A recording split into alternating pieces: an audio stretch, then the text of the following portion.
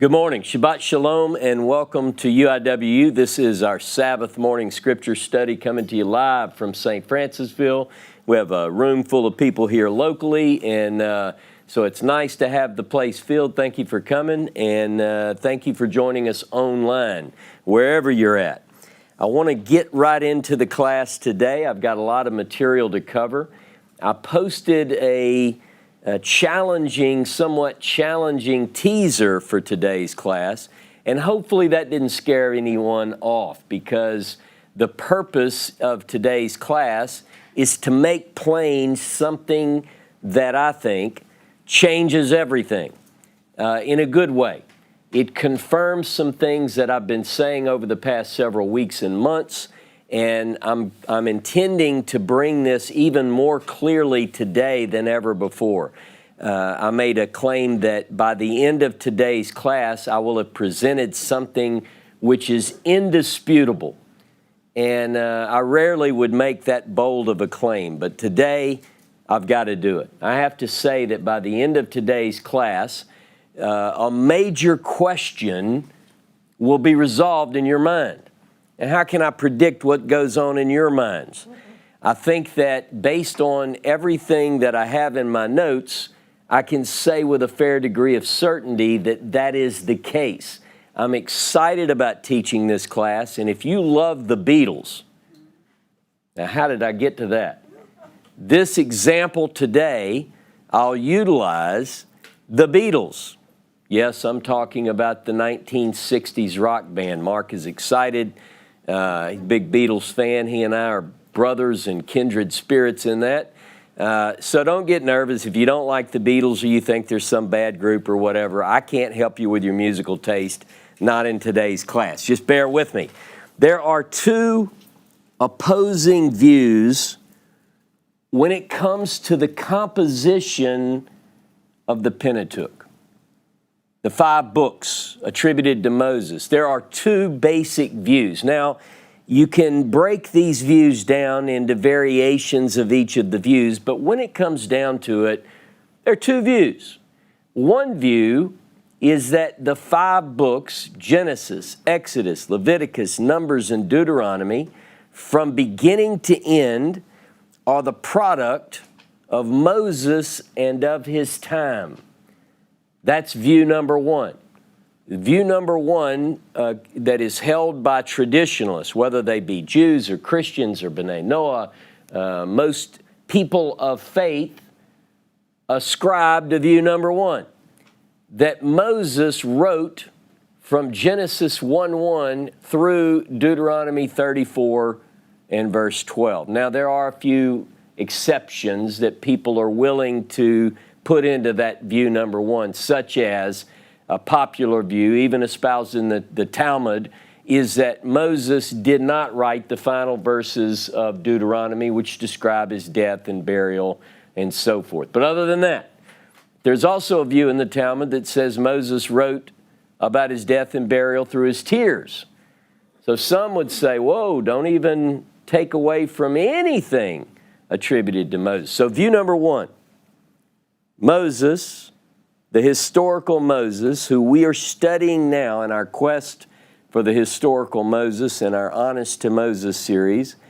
View number one says Moses wrote it all.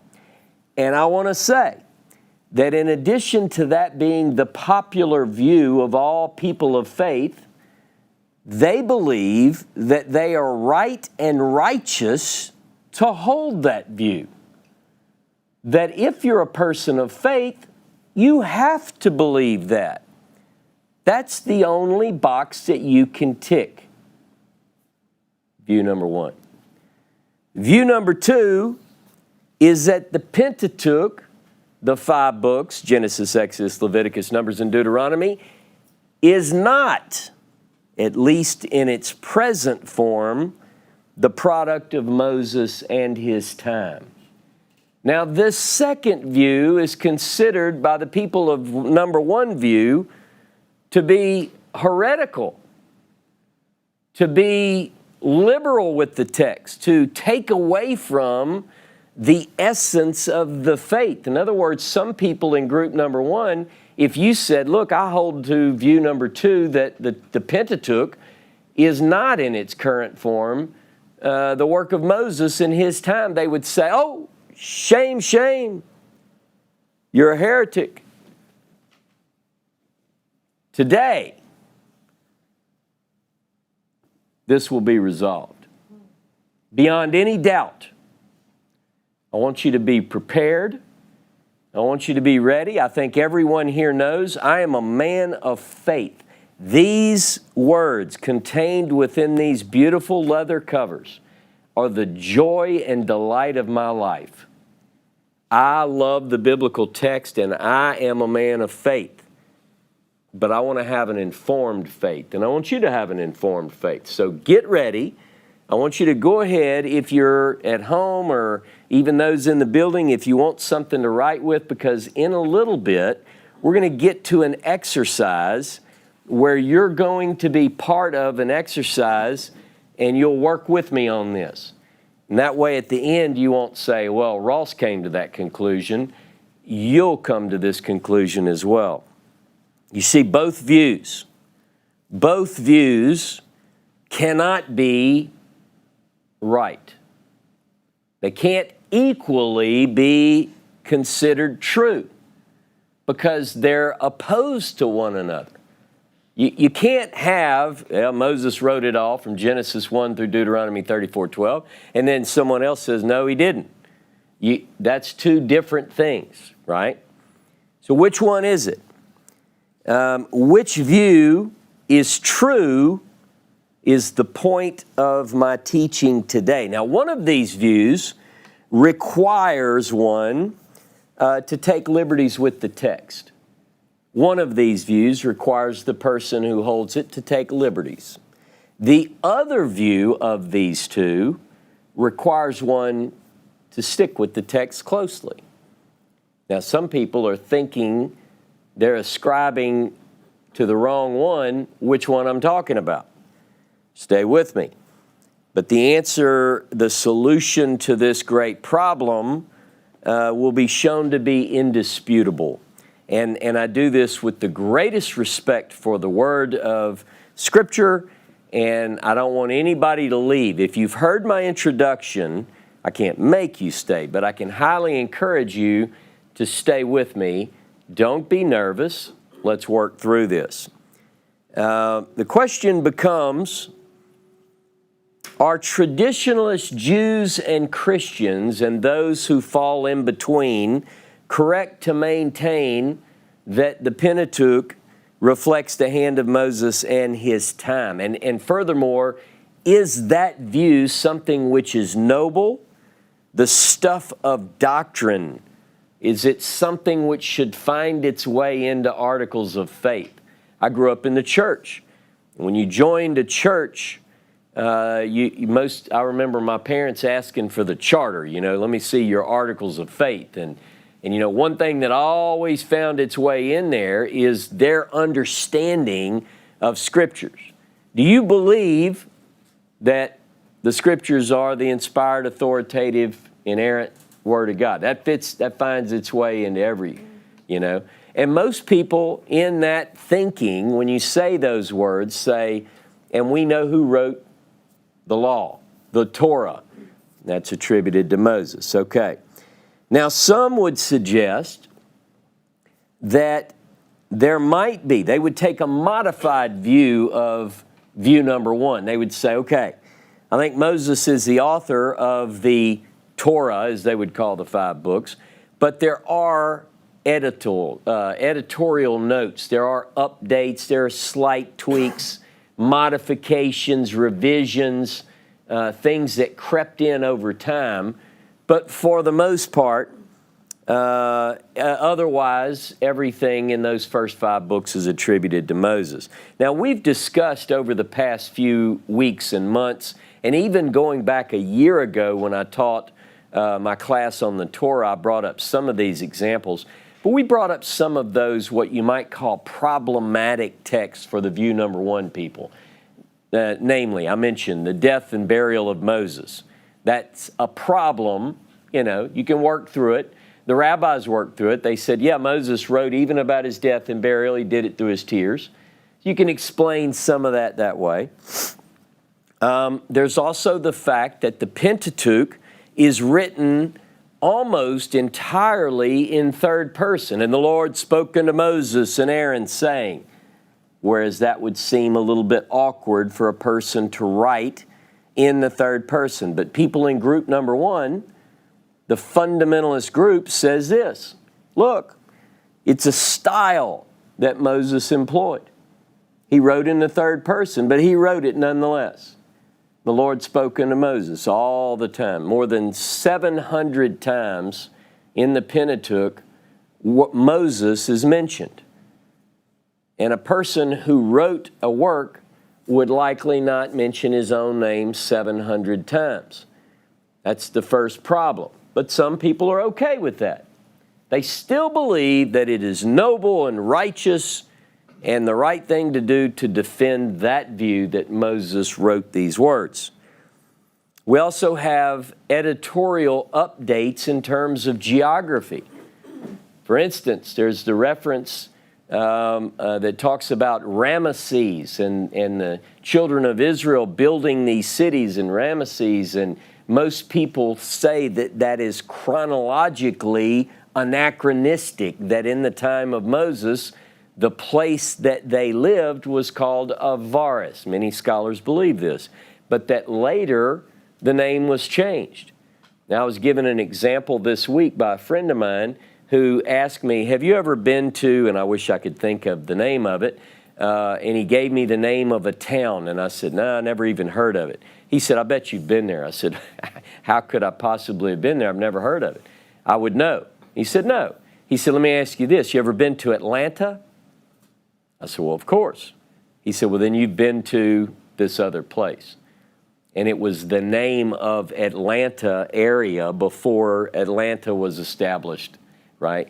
So that's called anachronism. When someone like my friend Daniel asked me, have you ever been here? And I said, no. Well, I just didn't know the old name.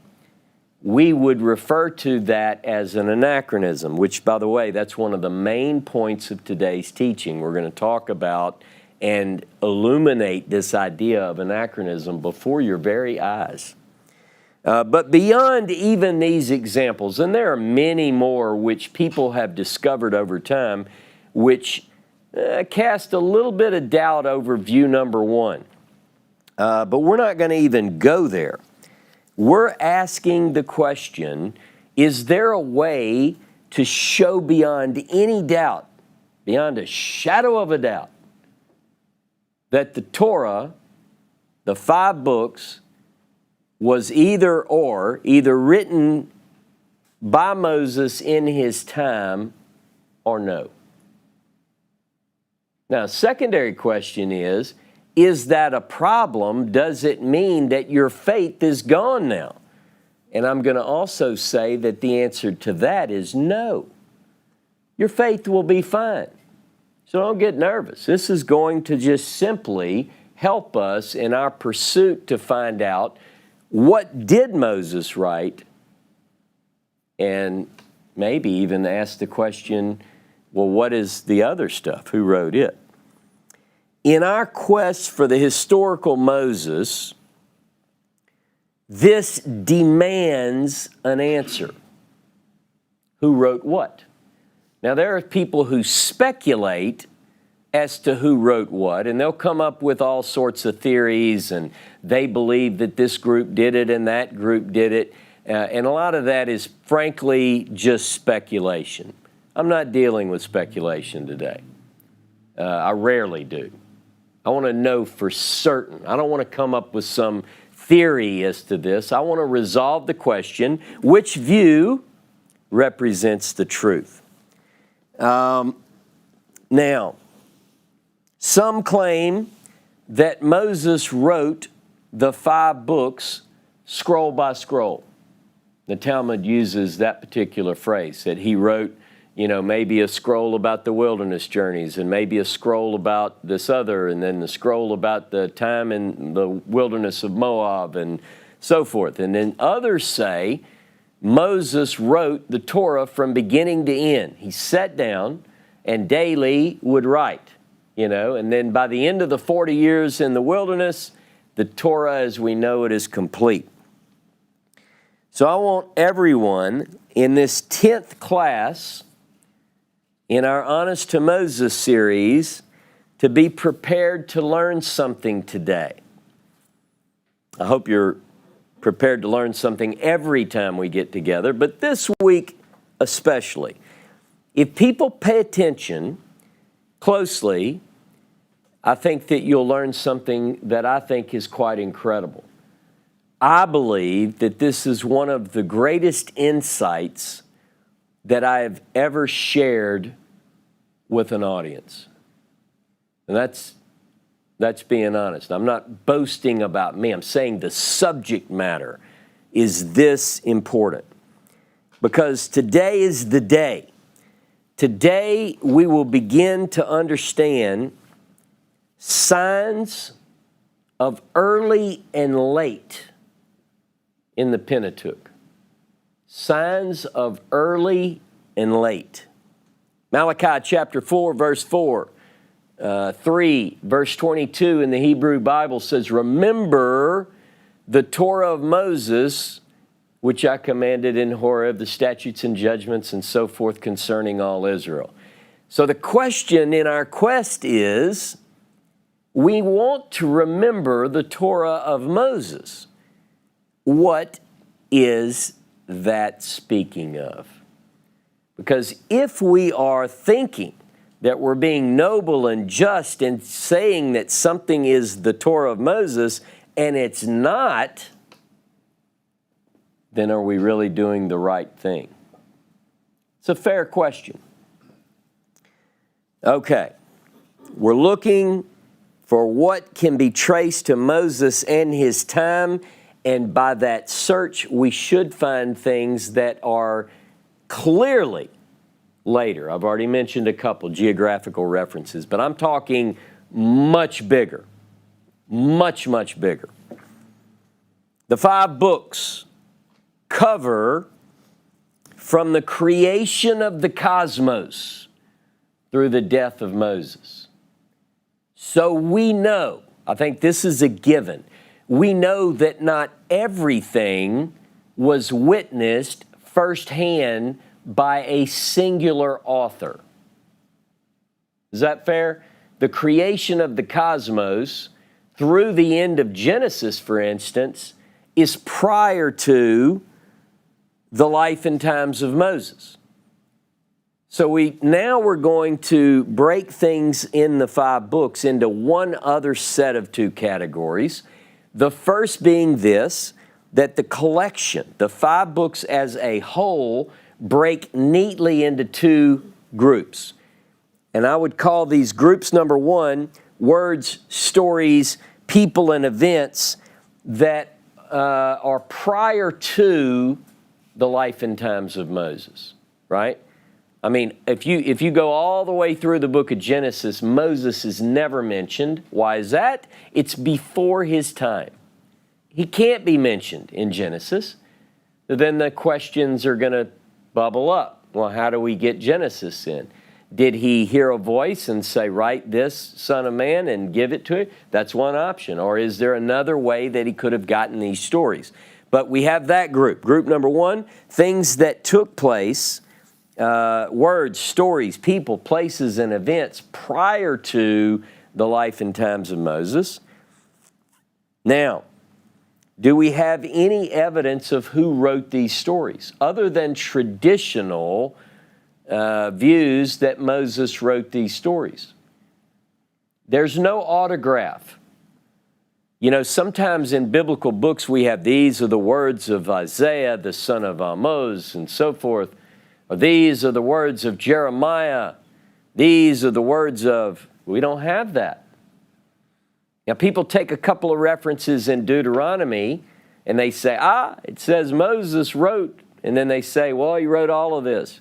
By the way, that was and has been the view for a long time. It goes back clearly and easily into the Second Temple period. That view that Moses wrote all of this. But the question becomes, Did these, I'm talking about Genesis right now, just touching it because we're going to do another teaching in our series on the book of Genesis. But just for today's class, how did Moses, if we know, how did Moses learn of and compile the stories that represent those people, places, time, and events that happened before his existence? Were they recorded, passed down orally, or were they in written form? Do we know? Were these cherished stories of the patriarchs passed down and handed to Moses and said, you're going to need these when you write your book? It could be. But do we know? The question is, do we know that that's how it happened? Is there any evidence for that?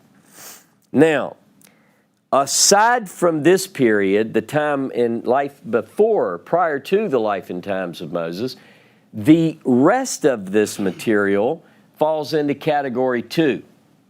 Category 2 is, you guessed it, material which describes words, stories describing people, places, and events that are depicted as taking place during the life and times of Moses. Make sense? You have stuff in the 5 books that describes stuff happened before Moses, and then you have a bulk of it takes place during the time of Moses. That begins, by the way, with Exodus chapter 2. Makes sense, right? In Exodus chapter 2, we get the story of the birth of our man Moses. We're doing the historical Moses now. And that runs all the way through the end of Deuteronomy, which describes his death. Who wrote these texts? Was it Moses or another? And can we know for certain?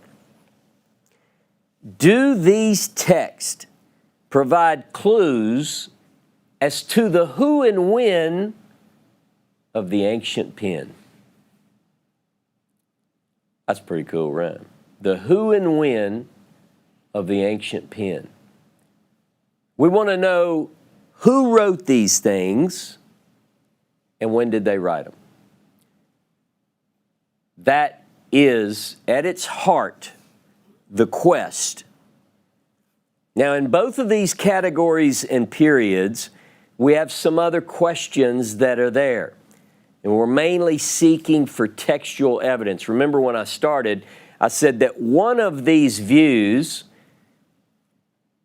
represents, one of these views, people have to take liberties with the text. Another of the views has people required to not take liberties with the text. We are going to follow the text in our search for answers. Now, over the course of our present study, I've mentioned a term that I want to really explain. And the reason I want to really explain it is because this becomes an essential part of our quest. The word that I've said many times and sort of brushed on, glossed over, assuming you know what it means, is what I'm talking about today. And that word is anachronism. Anachronism. Anachronism comes from the Greek. 2 words. Anachronism. Ana means backwards. Ana is backwards. Chronos is time. Backwards time. Today, I'm going to demonstrate either the presence of or lack of backwards time in the text. And I'm not doing myself an easy favor. I'm not going with the obvious. I'm going to bring up a couple of examples that I believe will prove beyond dispute that backwards time is written into this document that we love. And it's okay. We just need to recognize it. Anachronism is when someone or something is placed into a period of history into which they or it do not belong. out of time. It is the taking of an object or a person and putting them in a place in time in which the reader should say, that doesn't fit. Doesn't fit. Abraham Lincoln tweeted the Gettysburg Address.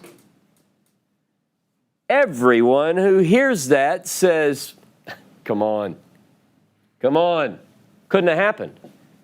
Now, some would say, well, how do you know it didn't happen? Anything is possible. Not that. Now, what I have done so far in my study is people have been able to say, that's just your opinion. It's Ross's opinion. By the end of today, not so.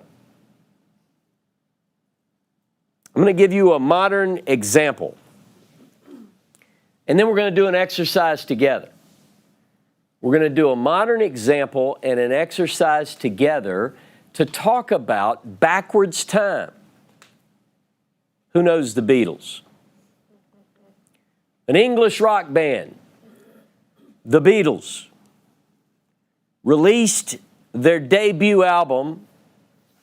We could play a trivia game here, but I won't do that to you because, as I know, some of you don't have musical taste.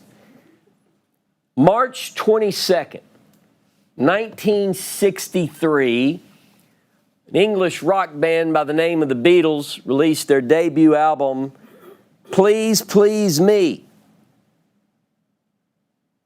Some of y'all are saying, I got that album when it came out. Some of you don't know who the Beatles are. Work with me. Please Please Me. The album contained some collaborative work between John Lennon and Paul McCartney. Several songs that most of you know. Now I'll never dance with another, woo, since I saw her standing there. You know that one? How about this one? Love, love me do, you know. I get Mark to do it. He could do it better than I can.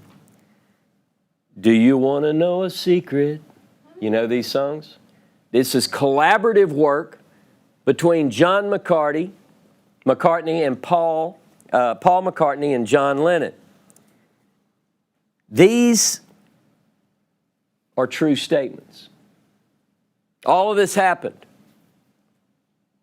March 22nd, 1963. But what if I said this? And at that time,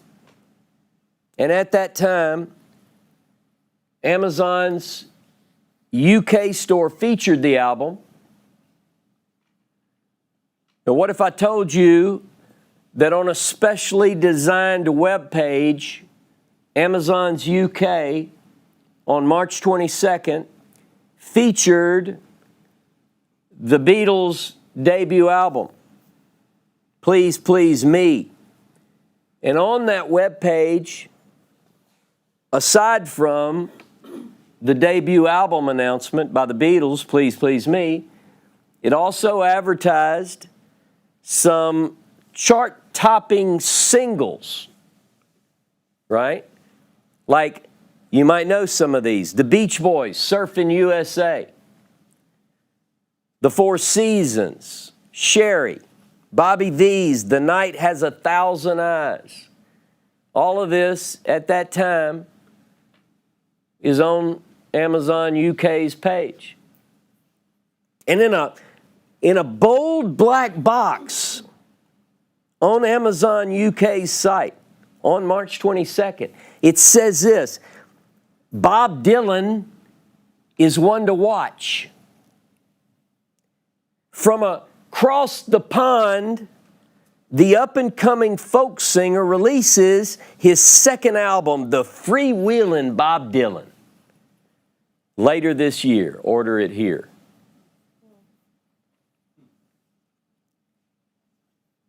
You know, I haven't lied to you.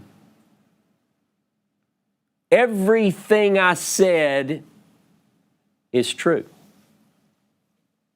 Now, some of you are saying, no, not everything, because, Ross, you mentioned that on Amazon UK's website, they had a special page. And Ross, there wasn't an Amazon then. Jeff Bezos wasn't around. There was no Amazon. There was no internet. So how could, I haven't lied to you. I had a phrase that I mentioned at that time. Now, I'm going to unpack this for you. Everything I said is true. As if it was designed as a perfect example for today's class, I don't even know how I found this. But there was an article in the LA Times. In the LA Times, March 22nd, 2013. All right? 50 years after the Beatles released their debut album, the author Randy Lewis wrote an article in the LA Times called Beatles' Debut Album Released 50 Years Ago Today. And I was reading this article, and it hit me, this is the perfect example for the class on backwards time. He informed his readers, LA Times article, March 22nd, 2013, he informs his readers this: Amazon UK store has turned the clock back to 1963 on a page created for the anniversary, making it look like what a website in 1963 would have included had the internet existed half a century ago. And he goes on to describe this. Now, here's what was cool. On this web page, 50-year anniversary, for one day, Amazon UK dropped the prices of all of these albums. You know, you're not going to get them in the same format, but, you know, if you wanted to order the CD or whatever, you could get it at prices from 1963. It was a major, major deal. But the whole page looked like it was suggesting that here's what it would have looked like if the internet would have existed in 1963. And the Beatles were putting out their debut album, and this young, brilliant folk singer from across the pond. I love that phrase because it helps me talk about something else. In this example, we have some historical facts. The Beatles, of course, were an English rock band. The Beatles did, in fact, release their debut album, Please Please Me, on March 22nd, 1963. The album did, in fact, include the collaborative work of John Lennon and Paul McCartney, those famous, world-famous songs that I mentioned. Bob Dylan, at the time, was a young and up-and-coming one to watch, so to speak. Now, the author used the phrase, across the pond. What does that mean? Across the pond? This is a geographical reference that you all know. If you are in Liverpool or if you're in the UK and you hear about a young and upcoming folk singer across the pond, you know where you're going to think? The pond is the ocean. And they're talking about Dylan is from the U.S. Now, what if you didn't know what that phrase meant? It's a geographical reference. Let's say 1,000 years from now, someone finds the notes to this class that John Perry is typing up, and they read across the pond, and somebody goes, what is that? What pond are they talking about?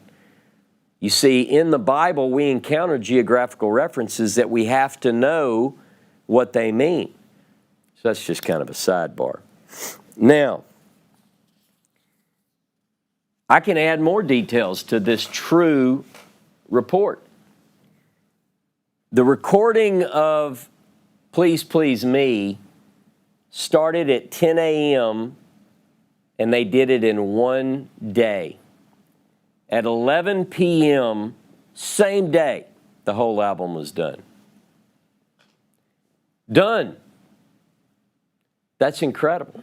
Wasn't like several trips to the studio, and they purposely saved one song for last because it was hard on John's throat. Twist and Shout. You can even hear it. If you listen to that album, you can hear it on his throat. It's like he's wore out. Now, all of these details that I'm telling you are true. The only anachronistic detail is this idea of the internet, Amazon UK's store page. It's a giveaway. Everything is true that I've told you. There was a release of an album by the Beatles, and it was put on the web, on Amazon UK. Do you follow me? Yes, it was 50 years later, but I conflated the two. I said there's this album, it was released on this date, and also on that date, it was 50 years later. But the modern listener, the modern reader would read that and go, well, I know one thing.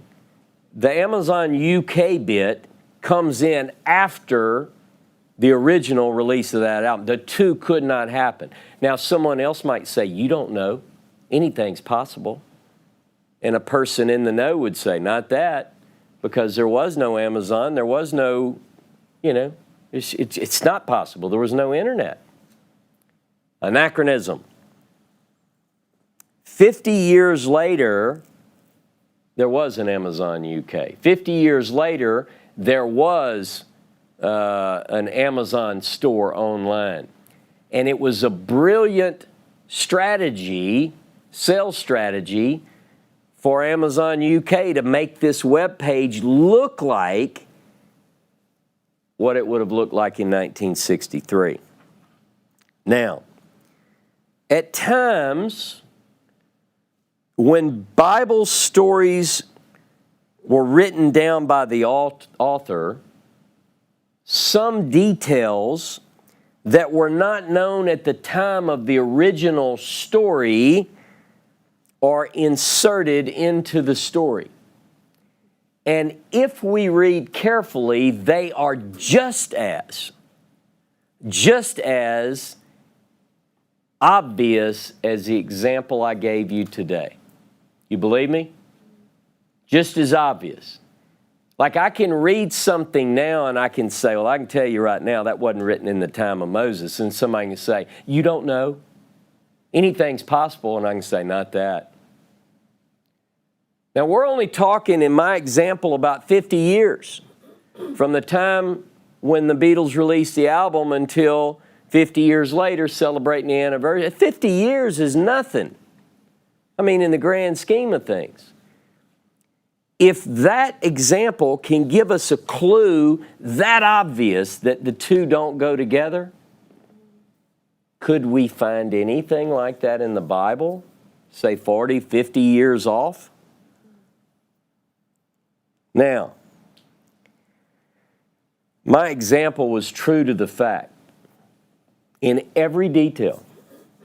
I intended to not to mislead you. I'm trying to explain.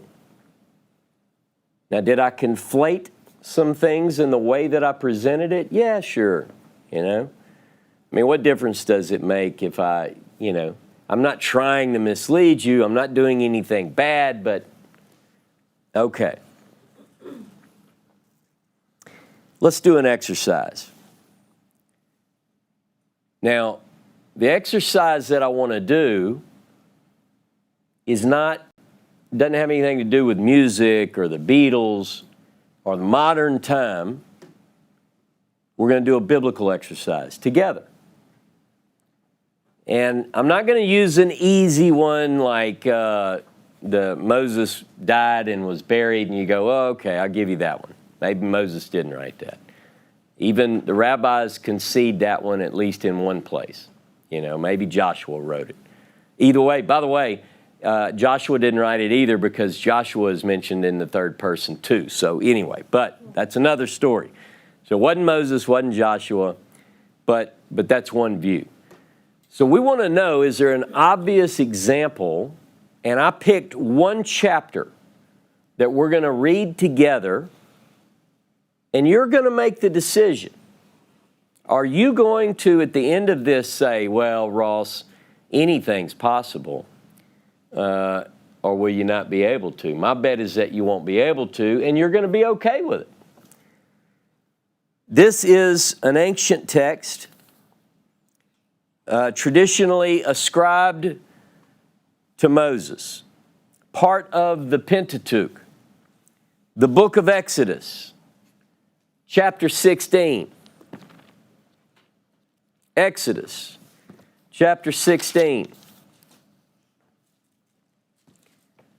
And the reason I gave that long intro was because over the next weeks and months, we're going to be going so deeply into the text that I wanted you to fully understand an example without digging through all the details so that we can then apply it. So we're going to begin now. Now, when you go to chapter 16 of Exodus, I want to give you just a little bit of preface to go into this.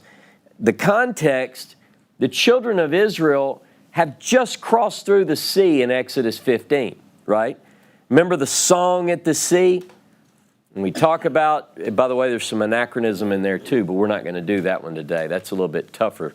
But when you get to 15, the song, Israel has crossed through the sea. The pursuers have chased Israel, and the sea overwhelms him. Remember the story, right? Question becomes, when was Exodus 16 written? Is it chronologically on the heels of Exodus 15, or is it not? And if it is supposed to be, is it truly recorded at that time or later? And if later, by who did it? And how long later did they do it? You would almost believe, if you're in group number one that we described earlier, that Moses wrote it all, that Moses sat down that night in his tent and wrote down, and then we went here and then we went there. That's the way we're taught to believe it went down. Okay, so before we read, look at 15:22. Then Moses, third person, then Moses caused Israel to set out from the Sea of Reeds, and they went on into the wilderness of Shur. They traveled 3 days in the wilderness, found no water. They came to Marah, but they could not drink the water of Marah because it was bitter, and that's why it's named Marah. And the people grumbled against Moses, saying, okay, you see, there's a story here. So we just crossed through the sea, and it says Moses brought them, and they went here, they grumbled, and you get the impression that you're in the time of Moses, correct? Everybody follow? Okay. Now, here's the hardest question. Are you really ready? Get something to write on. And your job is to listen for clues. Your job is to do the work. This isn't Ross. Well, I'm going to do it too, but you play like you're running the show here right now. You are a biblical, faithful scholar. And you're going to look at this text as if it's the first time you've ever seen it. I bet you probably read this before, but you didn't read it like this. I promise you. Is there anything in what I read in Exodus 16 that's out of place? Is there anything reflecting a later period? Any clues as to who wrote this? Ready? Setting out from Elim, the whole Israelite community came to the wilderness of Sin, which is between Elim and Sinai, on the 15th day of the second month after their departure from the land of Egypt. Now I want to take a pause. If you hear dates, times, those are important. Where did I put a date on here. March 22nd, 1963. Not really. I mean, that's my example. I hope you followed that. What I mean is it says the 15th day of the second month after their departure from the land of Egypt. In the wilderness, verse 2, the whole Israelite community grumbled against Moses and Aaron.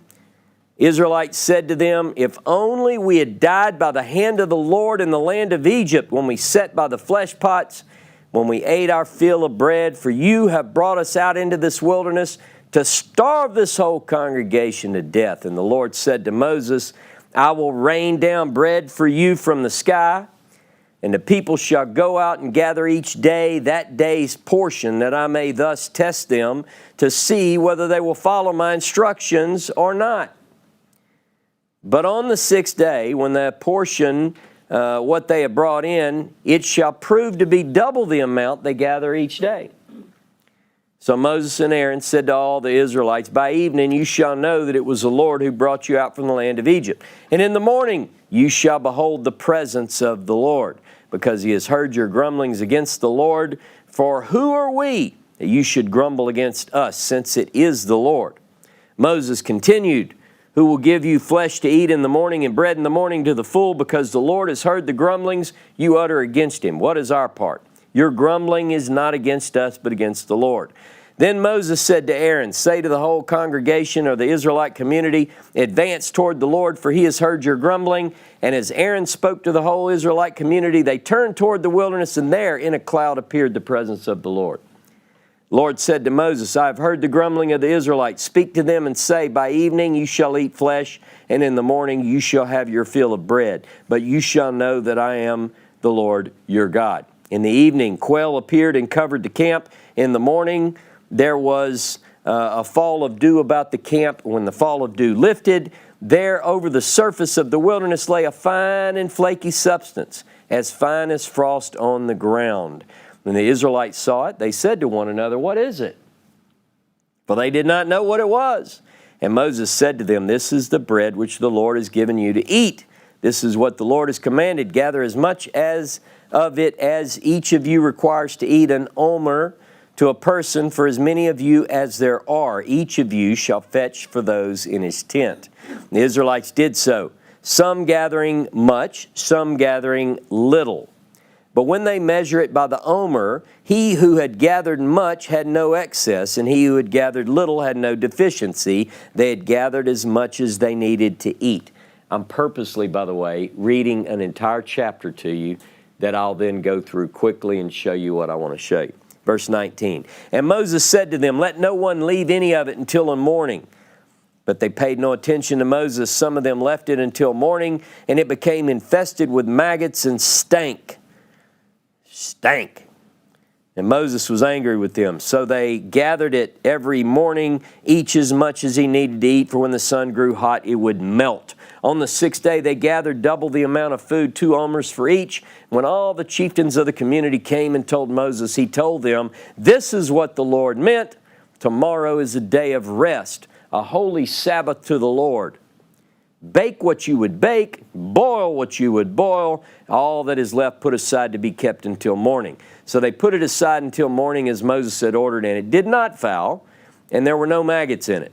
Then Moses said, eat it today, for today is a Sabbath to the Lord.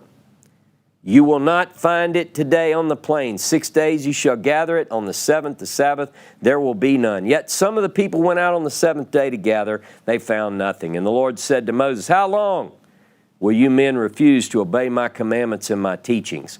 Mark that the Lord has given you the Sabbath. Therefore he gives you 2 days food on the sixth day. Let everyone remain where he is. Let no one leave his place on the seventh day. So the people remained inactive on the seventh day. Almost finished. The house of Israel named it manna. It was like coriander seed, white, tasted like wafers in honey. Moses said, this is what the Lord has commanded. Let 1 omer of it be kept throughout the ages, in order that they may see the bread that I fed you in the wilderness when I brought you out from the land of Egypt. And Moses said to Aaron, take a jar, put 1 omer of manna in it, and place it before the Lord to be kept throughout the ages. as the Lord had commanded Moses, Aaron placed it before the pact, or the testimony, to be kept. And the Israelites ate manna 40 years until they came to a settled land. They ate the manna until they came to the border of the land of Canaan. The omer is a tenth of an ephah. Wow, that's a lot. And you're thinking, some of you may be thinking, so what's the point? I ask you, is there anything out of place? Is there anything reflecting a later period? Any clues? And the answer to that is yes. It's filled with clues. We have a date. We begin Exodus 16 with a date, the 15th day of the second month after the departure from Egypt. So the question is, was it written then?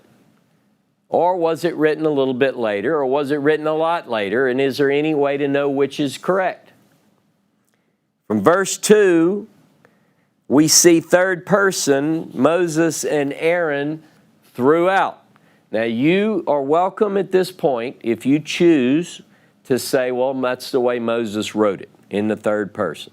I'm okay. If you want to say that, enjoy for another 15 minutes. Bread from heaven. Bread from heaven is what this is about. The manna in verse 15, we're told that it gets its name because the people say, what is it? Manu. And so it's called, what is it? You know, the old joke, sometimes people say they call it whatchamacallit. Go out and get some of that whatchamacallit for breakfast, honey. But only get, it's Friday, so get enough for the Sabbath. Which brings me to a question. Exodus 16 begins to talk about Shabbat.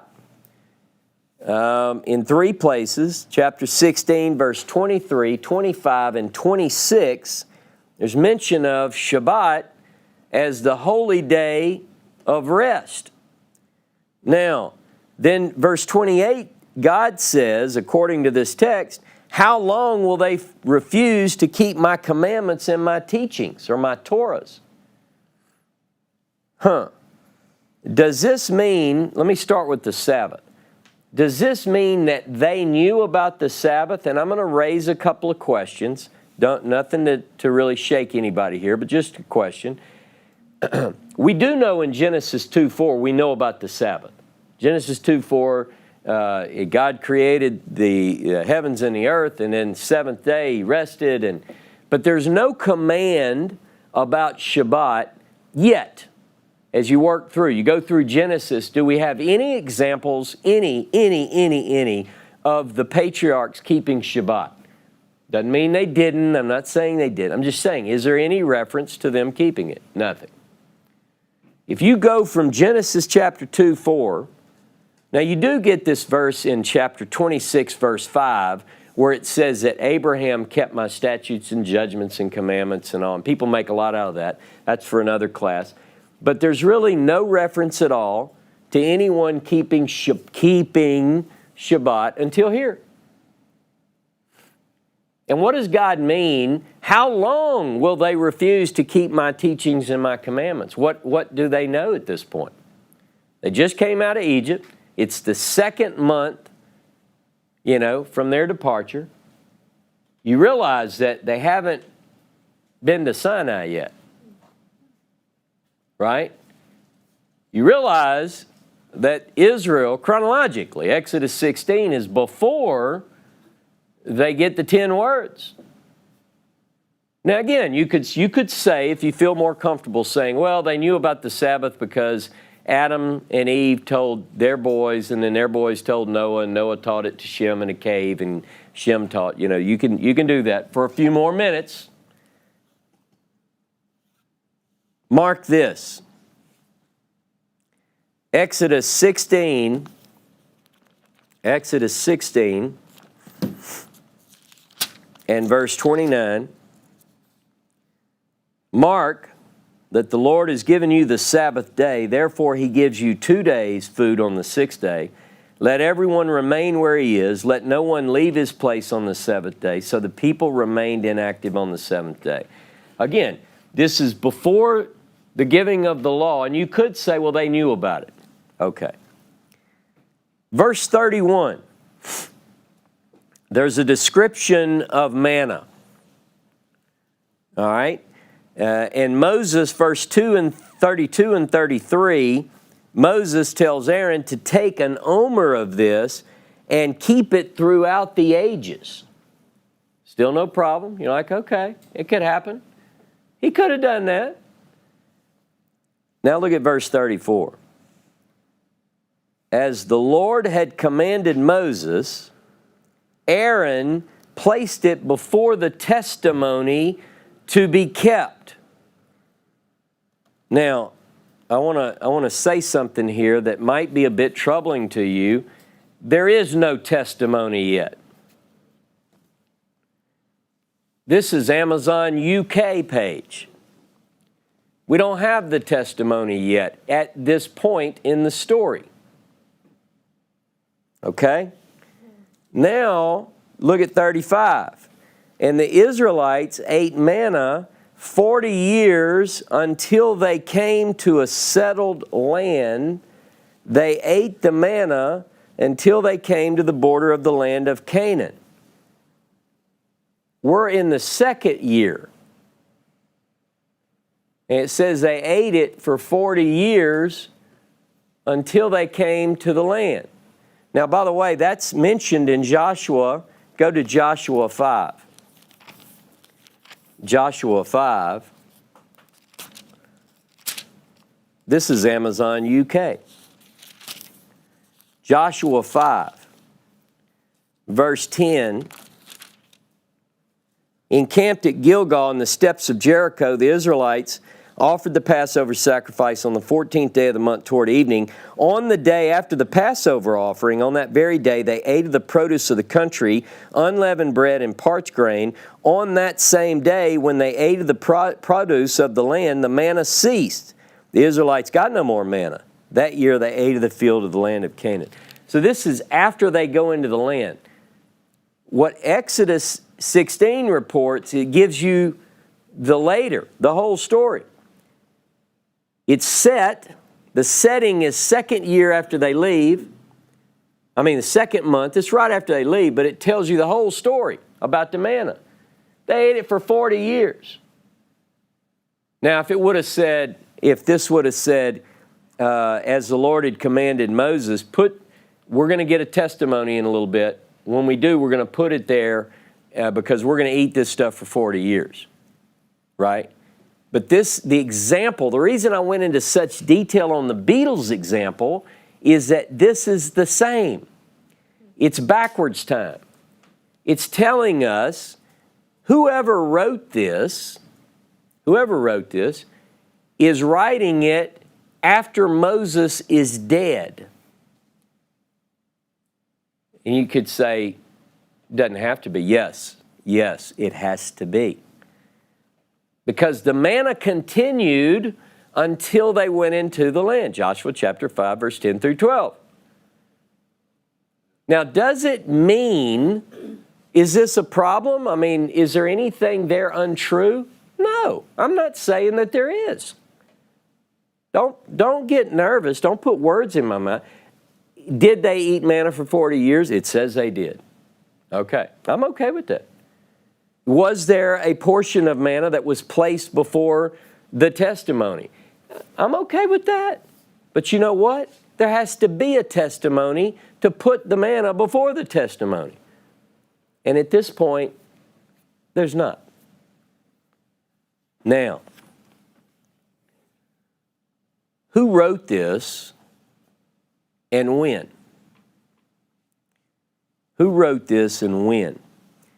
Does it contain an original record, perhaps, that's been edited and updated with later known information? Could be. Could be. The third person suggests that someone else other than Moses and Aaron wrote this. Also, this mention of 40 years, they ate it 40 years, it cannot have been written before the end of the 40-year journey. You follow? It can't, because it's referencing that. It's mentioning the Amazon UK. It's anachronism. Now, did Joshua write this part? Maybe. I mean, could, maybe. We'll talk about that.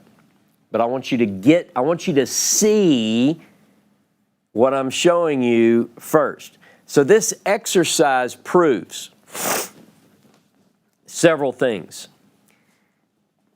That what we have contains elements unknown at the setting of which the story is placed. Did they know the first morning when this white coriander seed honey tasting flakes were on the floor of the desert, did they know that that would last for 40 years? Did they? I don't know. But everything that I said is presented as true. It's written at a different time. There are things that were just not known in the second month following the departure from Egypt.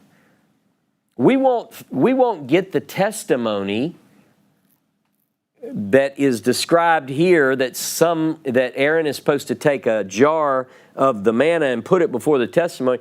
We won't get that for another few chapters. In fact, we don't see the testimony mentioned until later in Exodus, so there is none. If this were written chronologically, Aaron would say, you want me to put it where? Put it before the testimony. He'd go, I hate to bother. Where's that? I'm not making fun. I'm making a point. He would say, well, where do you want me to put it again? The testimony. Okay. Now back to the Beatles example. If I wrote about the release of the debut album in 1963 and added the detail that on 8 December 1980, John Lennon would be fatally shot by Mark David Chapman, that would be true as well, wouldn't it?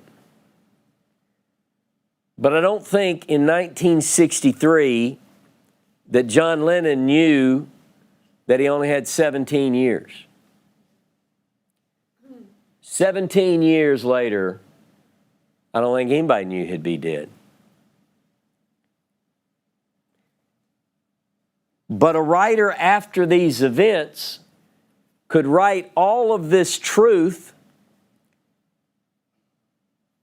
and it would still be true, but there are certain things that tell us that wasn't written prior to this marker in time.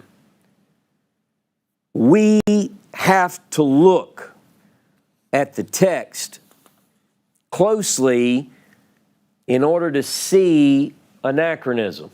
And as you saw in the example in Exodus 16, there are some things that I would put in a question mark column and say, I need to do a little more research here.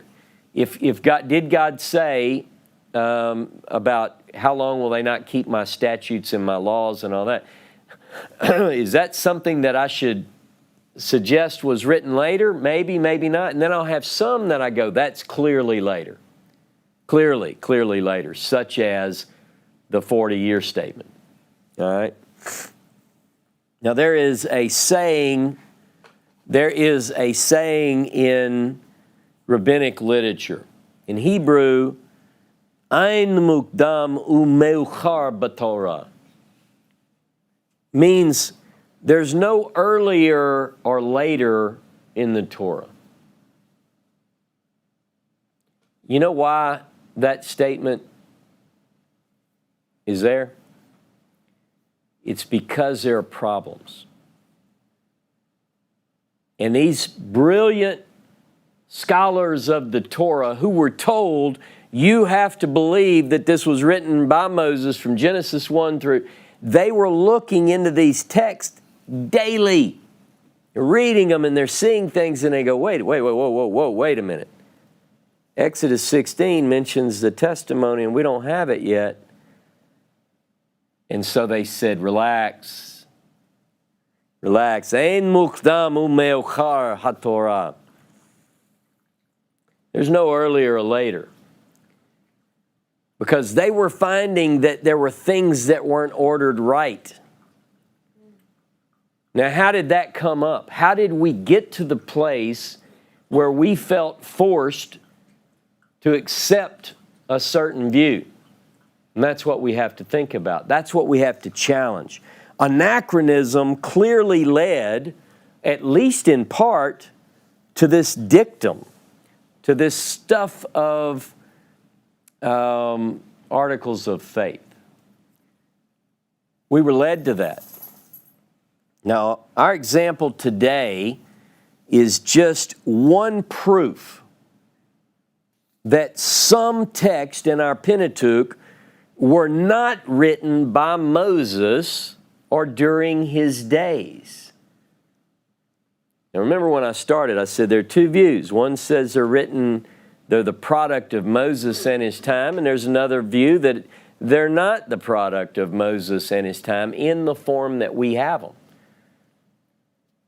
The example today is one example that at least is not from Moses and his time in the form that we have it. The good news is anachronism tells us. We don't have to guess. When I tell you that in 1963, Amazon UK's website announced the publication of the Beatles album, it's no problem. You just know it didn't happen then. Could be true. Amazon UK did that.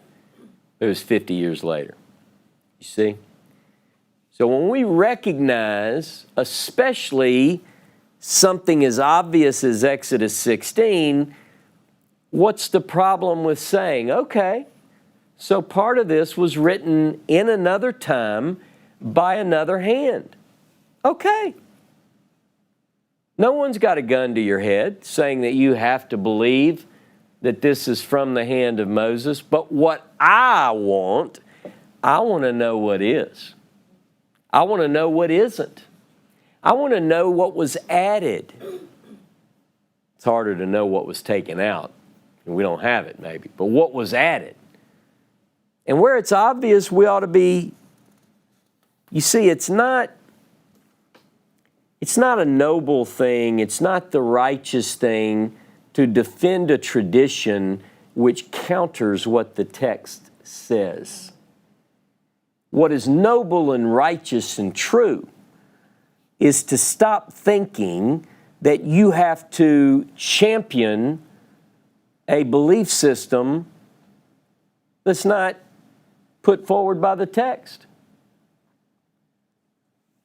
You're doing what you're supposed to be doing. You're not taking liberties with the text. I am looking at the text and I'm letting the text speak. Speak where the Bible speaks. Be silent where the Bible is silent. And when the Bible says this was not written by Moses, okay. Trust it.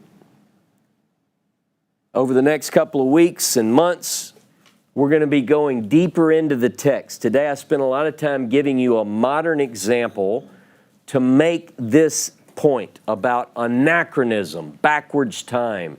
We're going to be looking deeply into the text for this and other evidence that suggests and proves that some things were written possibly by Moses, some things clearly could not have been.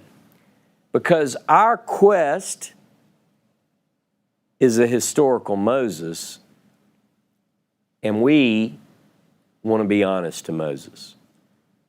Shabbat Shalom, Shavua Tov.